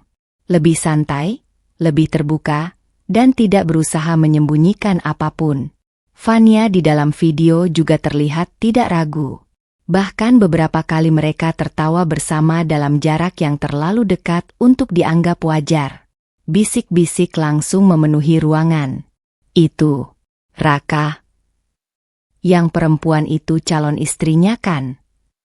Jadi ini, sebelum pernikahan. Raka yang berdiri di depan layar langsung menegang. Matikan itu, suaranya meledak. Kali ini penuh kepanikan. Namun tidak ada yang bergerak. Saskia tetap di tempatnya. Dimas yang berada di sisi ruangan hanya memperhatikan dengan ekspresi dingin. Dan Naura tetap berdiri tanpa emosi yang berlebihan. Video terus berjalan. Adegan demi adegan memperlihatkan apa yang selama ini tersembunyi. Pertemuan diam-diam, percakapan yang tidak seharusnya, dan kedekatan yang perlahan berubah menjadi pengkhianatan yang utuh. Fania menutup mulutnya dengan tangan. Stop. Suaranya hampir tidak terdengar. Tolong. Namun layar tidak berhenti. Karena ini bukan lagi tentang permintaan. Ini tentang kebenaran yang akhirnya diputar di tempat yang paling tidak bisa mereka hindari. Beberapa tamu mulai berdiri dari kursi mereka, tidak percaya dengan apa yang mereka lihat. Investor yang duduk di barisan depan saling bertukar pandang dengan ekspresi serius. Ini bukan lagi sekadar drama pribadi, tapi reputasi bisnis yang sedang runtuh di depan mata. Raka mencoba melangkah maju, tetapi langkahnya terhenti saat beberapa orang sudah mulai berbisik lebih keras. Ini keterlaluan. Dia bangun bisnis tapi moralnya seperti ini. Kalau ini benar, semua kerja sama bisa dipertimbangkan ulang. Kata-kata itu menghantam Raka lebih keras daripada suara apapun di ruangan itu. Sementara itu, Naura masih berdiri di tempatnya. Matanya tidak menatap layar lagi. Ia menatap Raka dan Fania. Tanpa amarah yang meledak. Tanpa tangisan. Hanya ketenangan yang membuat seluruh ruangan akhirnya memahami satu hal. Ini bukan kebetulan. Ini adalah sesuatu yang sudah dipersiapkan.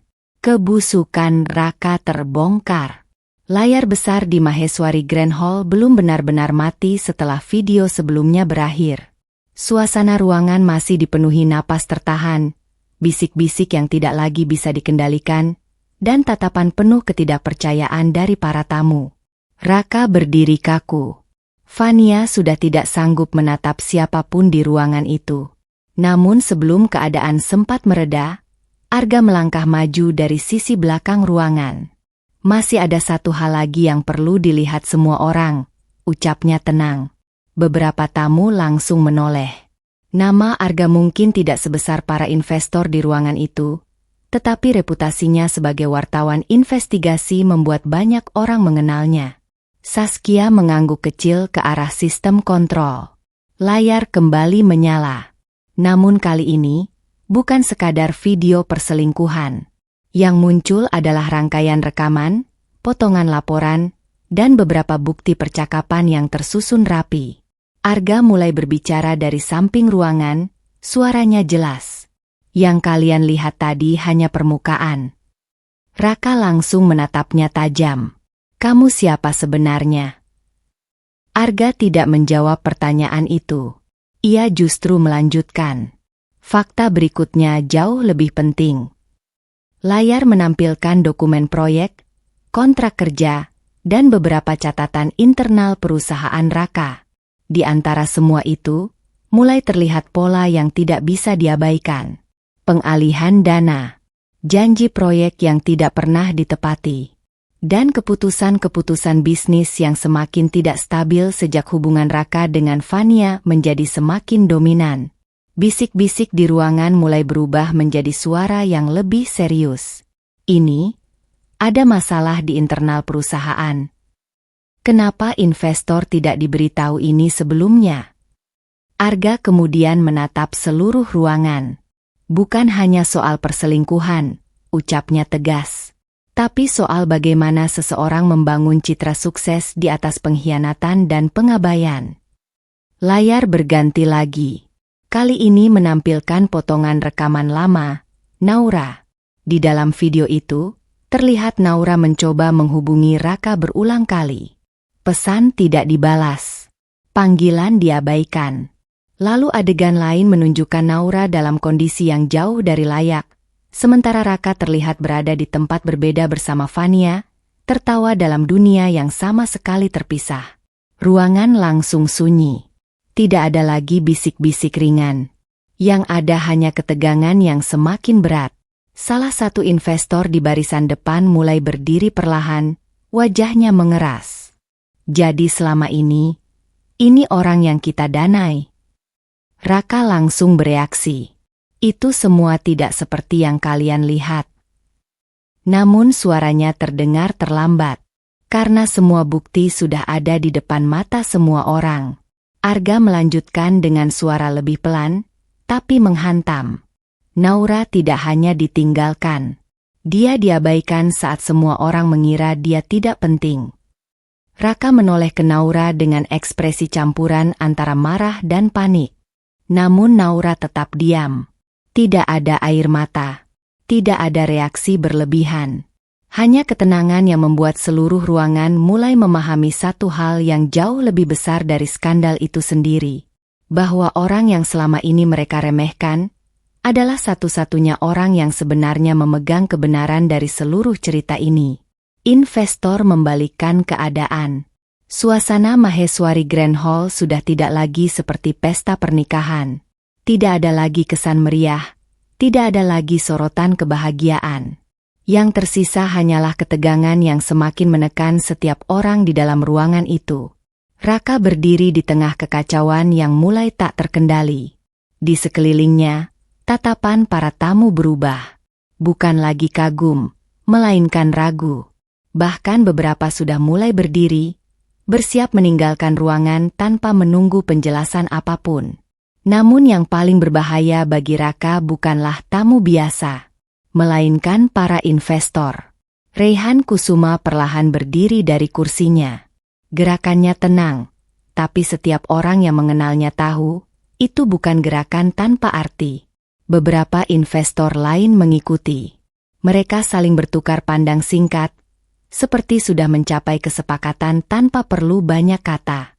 Raihan menatap Raka lama. Tatapan itu bukan lagi tatapan seorang partner bisnis, melainkan tatapan seseorang yang sedang menilai kerugian. Raka, suara Raihan terdengar datar, aku sudah melihat cukup. Raka langsung menegang. Raihan, tunggu, ini semua bisa dijelaskan. Namun Raihan mengangkat tangan, menghentikan kalimat itu sebelum selesai. Tidak, jawabnya singkat. Tidak perlu penjelasan tambahan. Ruangan kembali hening. Raihan menoleh ke arah beberapa rekan investornya, lalu berbicara tanpa emosi berlebihan. Dengan kondisi yang kita lihat hari ini, kami memutuskan untuk menarik seluruh kerjasama. Kata-kata itu jatuh seperti palu. Raka terdiam. Fania yang berdiri di belakangnya langsung kehilangan keseimbangan langkahnya. Wajahnya semakin pucat, karena ia tahu keputusan itu bukan sekadar soal reputasi, tapi soal runtuhnya seluruh fondasi bisnis yang selama ini dibangun Raka. Salah satu investor lain menambahkan, integritas adalah dasar utama dalam setiap kerjasama. Dan hari ini, dasar itu sudah runtuh. Raka langsung maju satu langkah. Kalian tidak bisa ambil keputusan seperti ini di sini.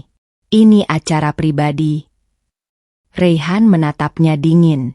Keputusan bisnis tidak menunggu suasana yang nyaman. Kalimat itu terdengar sederhana, tapi menghantam jauh lebih dalam dari semua konflik sebelumnya. Beberapa investor mulai meninggalkan tempat duduk mereka. Satu persatu. Tanpa ragu. Tanpa menoleh kembali. Suara kursi bergeser, langkah kaki, dan bisikan pelan mulai memenuhi ruangan yang sebelumnya megah itu. Proyek kita dibatalkan. Kita tidak bisa lanjut dengan kondisi seperti ini. Reputasi ini terlalu berisiko. Raka berdiri terpaku. Untuk pertama kalinya, ia tidak punya kata untuk membela dirinya. Fania menatap semua itu dengan tangan gemetar. Raka, suaranya hampir tidak terdengar. Kita, gimana sekarang? Namun Raka tidak menjawab. Matanya hanya mengikuti para investor yang satu persatu meninggalkan ballroom. Semua yang ia banggakan. Semua yang ia sebut puncak kesuksesan. Semua itu mulai runtuh di depan matanya sendiri. Dan di tengah kehancuran itu, Naura masih berdiri di tempat yang sama. Tenang. Seolah semua yang terjadi bukan kejutan baginya, melainkan sesuatu yang memang sudah ia tahu akhirnya akan sampai di titik ini. Pernikahan berubah menjadi kekacauan. Ballroom Maheswari Grand Hall yang tadi pagi dipenuhi harapan dan kemewahan kini berubah menjadi ruang yang penuh kehancuran perlahan. Tidak ada lagi musik pernikahan. Tidak ada lagi senyum para tamu. Yang tersisa hanya suara langkah kaki yang semakin cepat menuju pintu keluar, disertai bisik-bisik tajam yang tidak lagi bisa dikendalikan.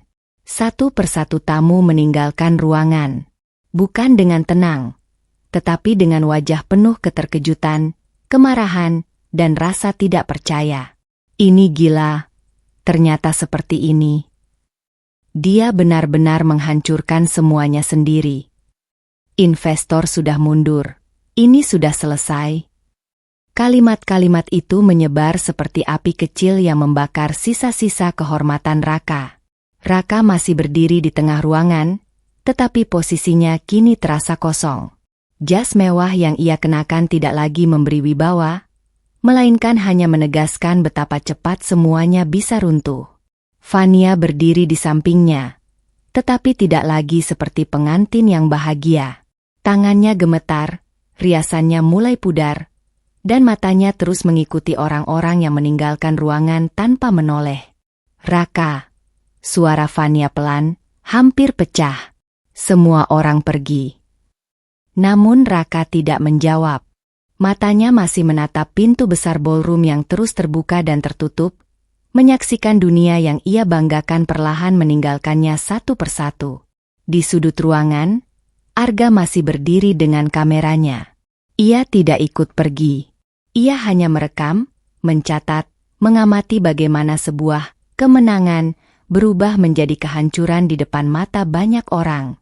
Saskia berdiri tenang di dekat panel kontrol acara. Tidak ada kepanikan di wajahnya. Ia hanya memastikan bahwa tidak ada lagi yang perlu dihentikan atau diperbaiki. Naura masih berada di tengah ruangan. Tapi kini bukan lagi sebagai tamu yang diusir, melainkan sebagai pusat dari seluruh perhatian yang tersisa. Raka akhirnya menoleh ke arah Naura. Wajahnya penuh emosi yang campur aduk. Marah, bingung, dan sesuatu yang mirip dengan ketakutan yang tidak mau ia akui. "Ini semua kamu rencanakan?" Suara Raka terdengar serak. Namun Naura tidak langsung menjawab. Ia hanya menatap ruangan yang perlahan kosong itu. Senyum tipis muncul di wajahnya. Bukan senyum kemenangan yang berlebihan, tetapi senyum tenang seseorang yang akhirnya melihat kebenaran berdiri tanpa gangguan. Di luar ballroom, pintu terus terbuka. Dan setiap langkah keluar para tamu terasa seperti menghapus satu lapisan lagi dari dunia Raka dan Fania yang selama ini mereka banggakan. Kini tidak ada lagi pesta. Tidak ada lagi kemewahan yang berarti. Yang tersisa hanyalah kekacauan yang sudah tidak bisa dikembalikan seperti semula. Fania mulai menyesal. Ballroom yang semakin kosong terasa jauh lebih dingin daripada sebelumnya. Suara langkah para tamu yang meninggalkan gedung masih terdengar samar. Tapi bagi Fania, semuanya seperti gema yang menghantam kepalanya berulang kali. Ia berdiri di sisi Raka, namun untuk pertama kalinya, posisi itu tidak lagi terasa aman. Matanya beralih ke Raka. Pria yang dulu ia yakini sebagai masa depan, kini tampak berbeda di tengah kehancuran yang sedang terjadi. Wajahnya tegang, matanya sibuk mencari jalan keluar, bukan lagi memberi rasa yakin seperti sebelumnya. "Raka." Suara Fania lirih, hampir tidak stabil. "Kita beneran selesai?" Raka tidak langsung menjawab. Ia masih menatap ke arah pintu utama, seperti berharap sesuatu bisa dibalikan hanya dengan memikirkan cara yang tepat. Namun semakin lama, kenyataan justru semakin jelas. Semuanya sudah keluar dari kendalinya. Fania menelan napasnya sendiri. Untuk pertama kalinya, ia tidak melihat sosok Raka sebagai pemenang. Ia melihat seseorang yang sedang kehilangan segalanya. Dan di saat yang sama, sesuatu di dalam dirinya mulai retak. Ingatan tentang semua percakapan mereka muncul satu persatu. Janji-janji tentang masa depan. Kalimat-kalimat tentang hidup baru. Tentang bagaimana mereka akan menjadi pasangan yang disegani. Namun kini, semuanya terasa kosong. Fania perlahan menoleh ke arah Naura yang masih berdiri tenang di tengah ruangan. Tatapan itu membuat dadanya semakin sesak. Bukan hanya karena Naura adalah pemilik gedung ini, tetapi karena Naura adalah seseorang yang dulu ia kenal, ia sakiti, ia remehkan, tanpa pernah benar-benar memahami siapa dia sebenarnya. Suara Fania bergetar saat ia kembali berbicara, kali ini lebih pelan. "Raka, kamu dari awal cuma pengen naik level, kan?" Raka akhirnya menoleh.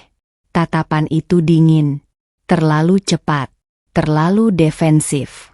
"Apa maksud kamu?"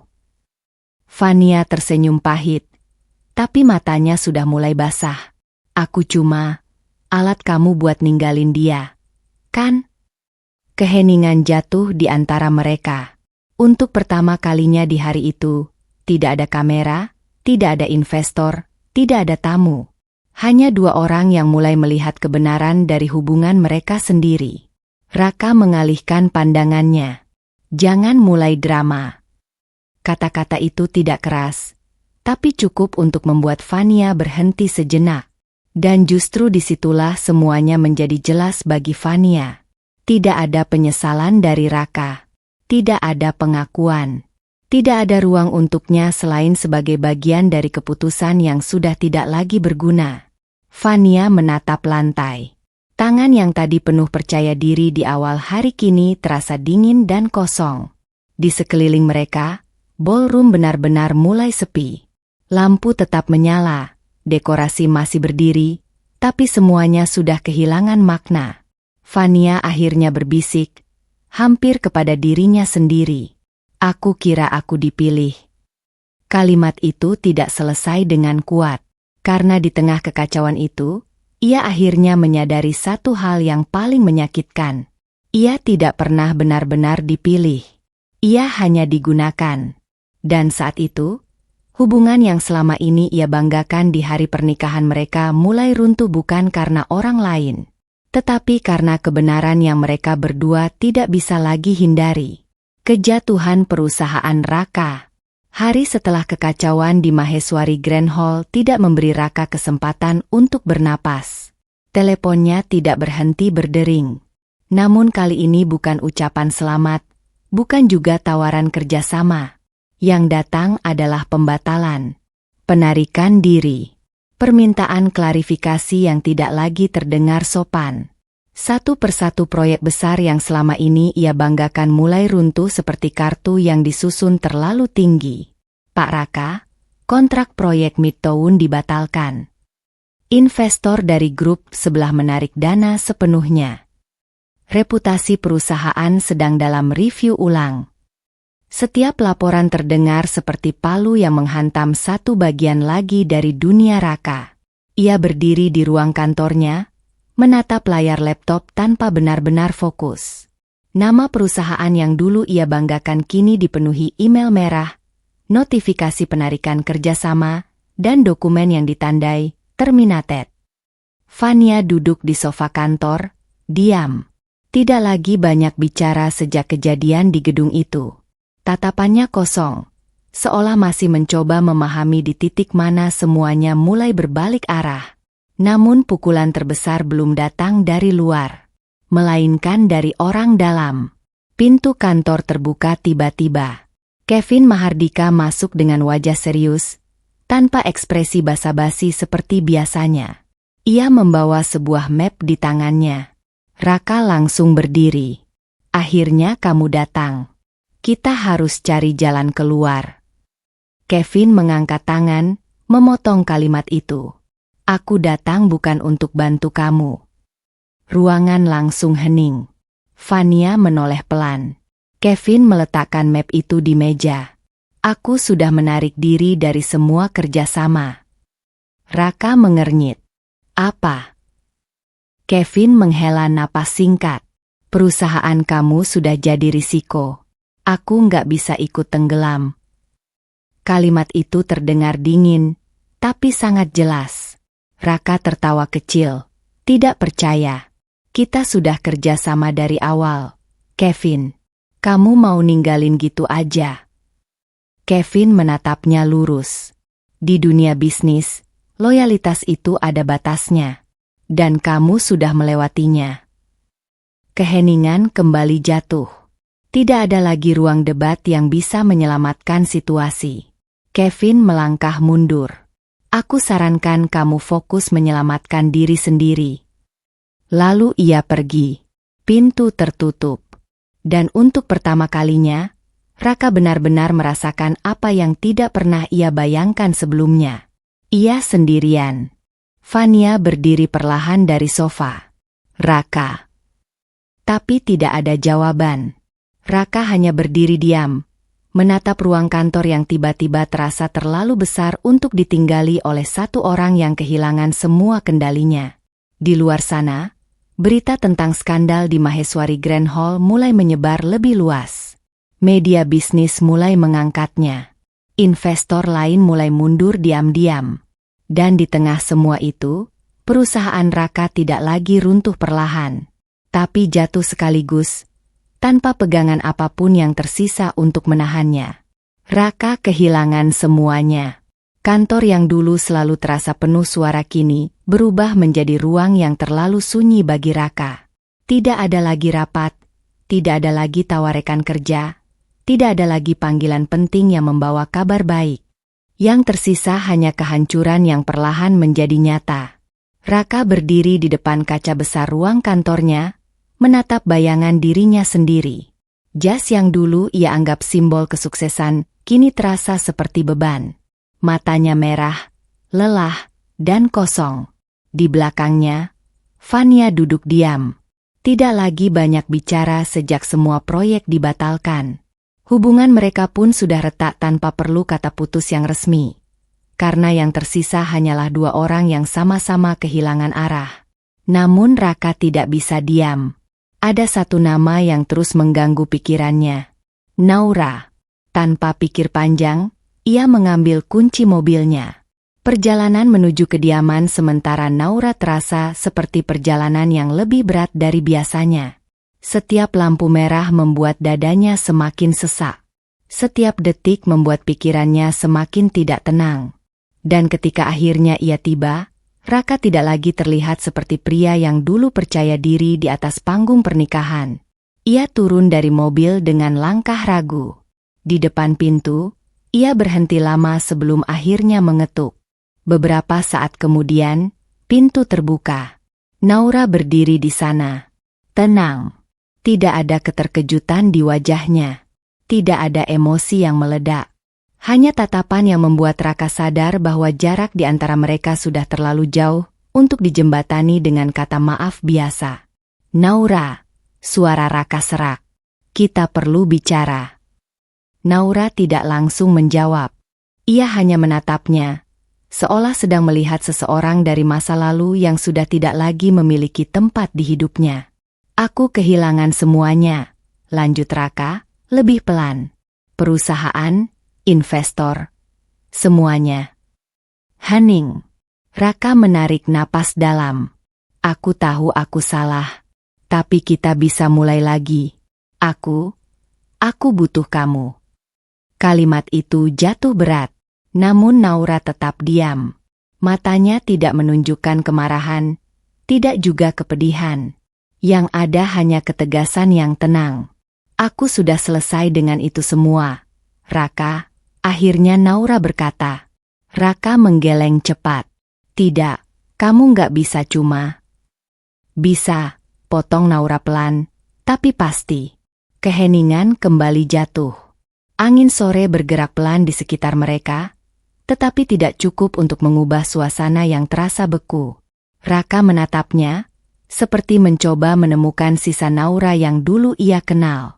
Namun yang berdiri di depannya sekarang bukan lagi wanita yang sama. Semua ini, kamu rencanakan? Tanya Raka akhirnya, suaranya hampir pecah. Naura tidak menjawab pertanyaan itu secara langsung. Ia hanya berkata, aku tidak lagi di tempat di mana kamu meninggalkanku dulu. Lalu ia melangkah mundur sedikit. Pergilah, Raka. Pintu mulai ditutup perlahan. Raka berdiri di sana, tidak bergerak. Untuk pertama kalinya, ia benar-benar menyadari bahwa tidak ada lagi ruang untuk kembali. Dan saat pintu itu tertutup sepenuhnya, semua yang ia miliki bukan hanya hilang, tetapi juga tidak bisa diperbaiki lagi. Kehidupan baru Naura. Waktu berjalan tanpa menunggu siapapun. Begitu pula dengan Naura. Hari-hari setelah semuanya berakhir bukan diisi dengan balas dendam yang berlebihan, melainkan dengan kesunyian yang produktif. Ia kembali menata dirinya, bukan sebagai korban dari masa lalu, tetapi sebagai pemegang kendali atas masa depannya sendiri.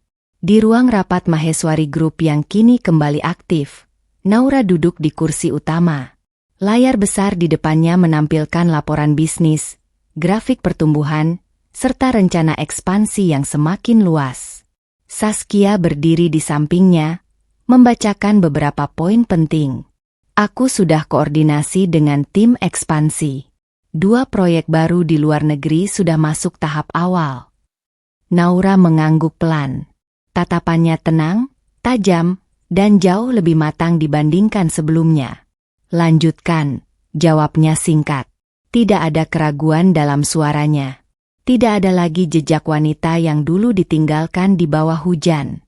Dimas duduk di sisi ruangan, memperhatikan perubahan itu dengan tenang. Ia tidak banyak bicara hari itu. karena ia tahu Naura tidak lagi membutuhkan seseorang untuk menyelamatkannya. Ia sudah berdiri sendiri. Perlahan, nama Naura Maheswari mulai kembali dikenal di dunia bisnis. Bukan sebagai istri dari seseorang, bukan sebagai bagian dari skandal masa lalu, tetapi sebagai pemimpin dari sebuah kekuatan bisnis yang mulai berkembang pesat. Investor baru mulai berdatangan. Proposal kerjasama mulai menumpuk. Dan kali ini, mereka datang bukan karena kasihan atau kepentingan lama, tetapi karena menghormati kemampuan dan reputasi yang dibangun Naura sendiri. Di sebuah acara bisnis tingkat tinggi, Naura hadir sebagai pembicara utama. Lampu sorot tertuju padanya saat ia melangkah ke podium. Ruangan besar itu dipenuhi para pengusaha, investor, dan tokoh penting yang menunggu apa yang akan ia katakan. Naura tidak terlihat gugup. Ia berdiri tegak, menatap seluruh ruangan dengan tenang. Perubahan tidak selalu datang dari kesempatan, ucapnya pelan namun jelas. Kadang ia lahir dari kehilangan yang memaksa kita untuk melihat siapa diri kita sebenarnya. Ruangan hening. Dan ketika seseorang sudah menemukan dirinya kembali, tidak ada lagi yang bisa menghentikannya untuk maju. Beberapa orang di antara penonton mengangguk pelan. Bukan hanya karena kata-katanya, tetapi karena cara ia menyampaikannya, penuh keyakinan tanpa perlu pembuktian berlebihan. Setelah acara selesai, beberapa investor menghampiri Naura. Mereka berbicara tentang kerjasama baru, ekspansi, dan masa depan perusahaan yang kini mulai menjadi salah satu nama besar di industrinya. Naura menerima semuanya dengan tenang. Bukan dengan euforia, bukan dengan kesombongan, tapi dengan ketenangan seseorang yang sudah melewati titik terendahnya dan tidak lagi takut kehilangan apapun. Di luar gedung, malam kota menyala terang. Naura berdiri sejenak di balkon lantai atas, menatap lampu-lampu yang membentang jauh ke depan. Dulu, ia pernah kehilangan segalanya di bawah langit yang sama. Kini, ia berdiri di atasnya. Dan untuk pertama kalinya, hidupnya benar-benar menjadi miliknya sendiri. Penyesalan yang tak berarti. Kota tetap berjalan seperti biasa. Lampu-lampu gedung tinggi masih menyala, kendaraan masih memenuhi jalanan, dan kehidupan terus bergerak tanpa peduli pada siapapun yang tertinggal di belakang. Termasuk Raka. Di sebuah ruangan kecil yang jauh dari kata mewah, Raka duduk dia menatap layar ponselnya yang hampir tidak pernah lagi berisi kabar baik.